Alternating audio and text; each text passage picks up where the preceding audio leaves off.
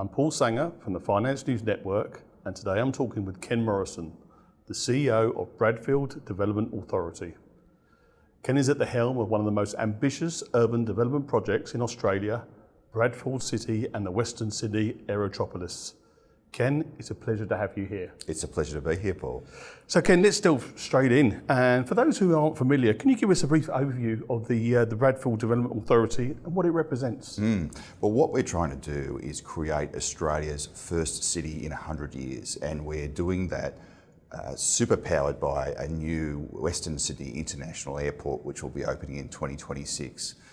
But it's more than an airport, it's an economic development strategy to create an aerotropolis around that airport, and at the heart of that aerotropolis, at the new city of Bradfield, creating a 20,000 jobs, high technology, leveraging the proximity of the airport and leveraging Western Sydney's expertise in advanced manufacturing. So that's the vision, and it's very exciting, and it's right in front of us. And that is an incredible vision. How does the BDA, working with various stakeholders, government, industries and communities, to bring those projects to life? Yeah, well, all those stakeholders are really important, and in fact the organisation that I lead is a creature of the Western Sydney City Deal, a deal between all three levels of government to create this new city, which was going to bring high value jobs to a part of Sydney that needed, and also to ensure that we're accelerating innovation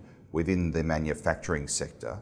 So that means that there's a whole range of sectors that are important. You know, it's a government-led initiative, but of course, technology companies, the manufacturing sector, the property industry, the university sector, all those are really important and heavily engaged in what we're doing. It's clear that the BDA is set to have a huge impact on Western Sydney. Moving to a different topic, I understand that Bradfield Development is supporting the Semiconductor Australia Conference, which is happening next Thursday, the 24th.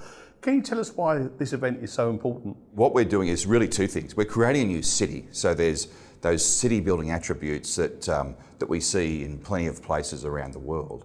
But we're also creating an economic development strategy for Bradfield, and that is really led by our Advanced Manufacturing Research Facility, which is an innovation accelerator designed to target advanced manufacturing and provide them with shared access to high-end equipment that they would not be able to get access to elsewhere, as well as access to our skilled staff, and they can accelerate their innovation and therefore drive growth in the region. And semiconductor technology is really important for that, and will be in fact the primary focus of our second phase of our AMRF facility.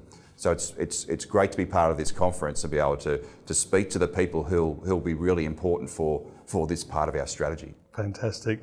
And it sounds like the future of technology and manufacturing is a big part of Bradfield's vision. What do you think will be the key takeaway for those attending the Semiconductor Australia Conference? Well, there's something new and different coming that we don't have in Australia, and it's something that can help them grow their business.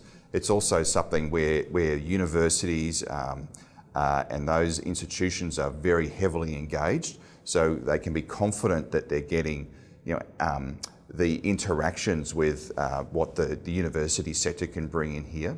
And I think it's also having that awareness with enough time to feed into your forward business plans. You know, next year we'll be creating the building which will house this phase 2 of our AMRF, targeting the semiconductor sector.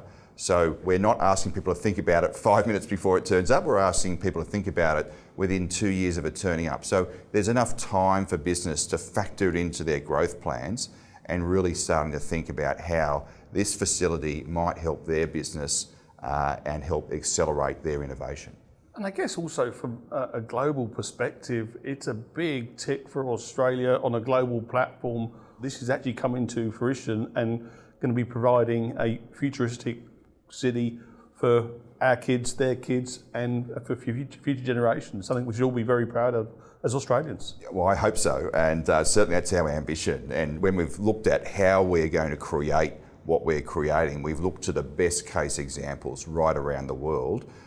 So we think we're delivering something which is as good as anybody, and it's something that builds on these amazing attributes we have in Sydney, of course, with one of the key ones being a brand new airport, which will be open in 2026. Oh, all right. Did I see a plane landing at the airport for the first time this week? You're not wrong, Paul. So quite exciting, and for a $5 billion piece of infrastructure, that airport is ahead of budget and ahead of schedule, which is a fantastic thing.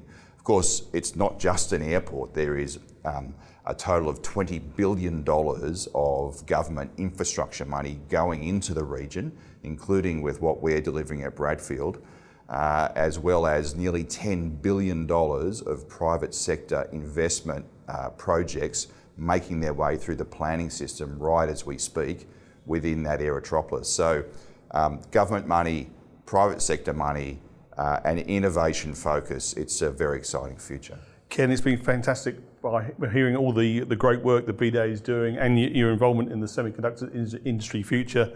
Thank you for your time today. Thanks, Paul. It's been great, and I look forward to the conference. Thank you.